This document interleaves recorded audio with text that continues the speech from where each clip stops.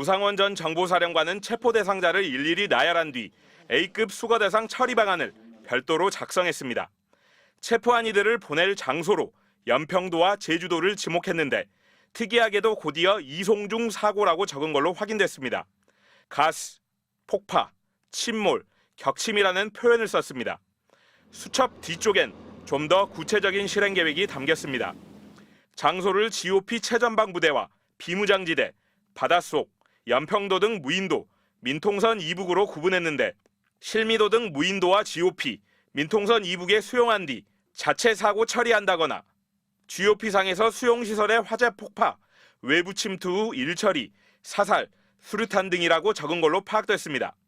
윤석열 정부 정책에 반대하거나 대립각을 세운 정치인, 판사, 종교인과 시민단체, 연예인, 심지어 전직 대통령까지 체포 후 사살한다는 계획을 노골적으로 세운 겁니다.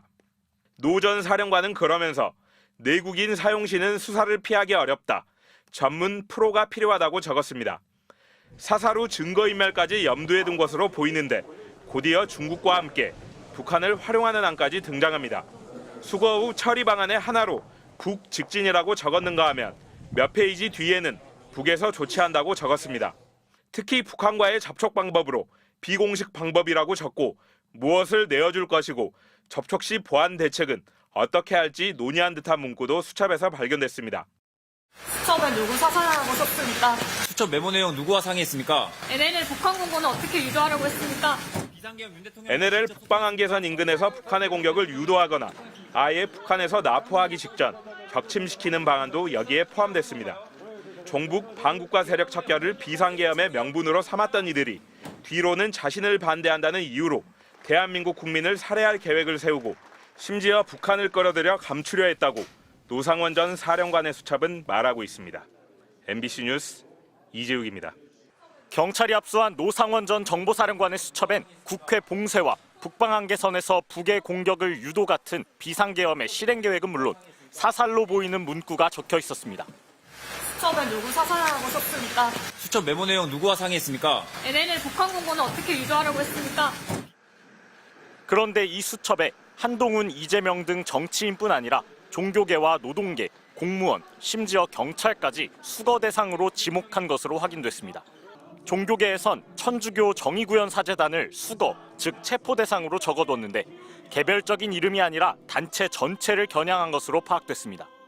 노동계에서도 민주노총을 수거 대상이라고 적시했습니다. 윤석열 정부 국정 운영을 비판하고 시국선언 등에 적극적으로 나선 진보 성향 단체들을 노린 것으로 보입니다. 김명수 전 대법원장은 물론 현직 판사들의 이름도 여럿 써 있었는데 노 전 사령관은 수첩에 이들을 콕 집어 좌파 판사라고 적었습니다. 문재인 정부를 뜻하는 것으로 보이는 문대라는 표현도 여러 차례 발견됐고 방송인 김어준 씨 이름도 적혀 있었습니다. 특히 문재인 정부 당시 총경급 이상 경찰 간부들은 물론 청와대에 파견된 행정관급 공무원까지 무더기로 수거 대상으로 표현한 것으로 확인됐습니다. 수첩에는 이른바 수거의 대상자들과 함께 수집소라는 표현도 여러 곳 등장합니다. 백령도와 연평도, 실미도에 이어 오음리와 현리라는 지명이 적혀 있는 것으로 MBC 취재 결과 확인됐습니다. 오음리라는 지명은 경기 연천, 강원 화천군 등에, 현리도 강원 양구와 인제 등에 같은 이름을 쓰는 곳이 여럿인데 군부대와 훈련장이 있는 접경 지역을 의미하는 것으로 추정됩니다. 검찰과 경찰은 이들 수집소가 전시 같은 비상 상황에 대비해 군이 운용하는 구금시설일 수 있다고 보고 이 같은 정보를 노 전 사령관에게 누가 제공했는지에 주목하고 있습니다. 내란 중요 임무 종사와 직권남용 권리행사 방해 혐의 등으로 재판에 넘겨진 노 전 사령관은 그러나 수첩에 적힌 단어들에 대한 검찰과 경찰의 수사에 줄곧 진술을 거부했습니다. MBC 뉴스 송정훈입니다. 12.3 내란 배후 기획자로 지목된 노상원 전 정보사령관이 계엄 사태 이후 처음으로 모습을 드러냈습니다. 털모자와 마스크로 얼굴을 가린 노 전 사령관은 쏟아지는 질문에 아무런 답을 하지 않았습니다. 수첩에 누구 사살하라고 썼습니까? 수첩 메모 내용 누구와 상의했습니까? 그러다 NLL에서 북의 공격을 유도한다는 내용을 묻자 취재진을 노려봅니다. NLL 북한 공고는 어떻게 유도하려고 했습니까?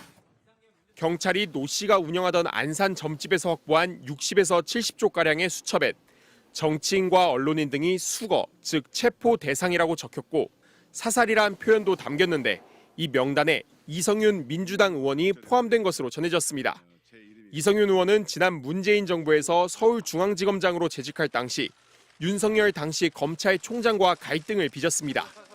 윤석열 총장은 지난 2020년 판사 불법 사찰과 채널A 사건 감찰 방해 등 사유로 정직 2개월 징계를 받았는데 이성윤 검사장은 당시 법무부 감찰위원회에 자료를 전달하는 등 총장 징계에 관여했습니다. 아무런 사적 인연도 없는 노상원의 수첩에 제가 포함되어 있다면 내란숙의 윤석열이 노상원을 통해 살해 의도를 드러냈다고밖에 해석할 수 없습니다.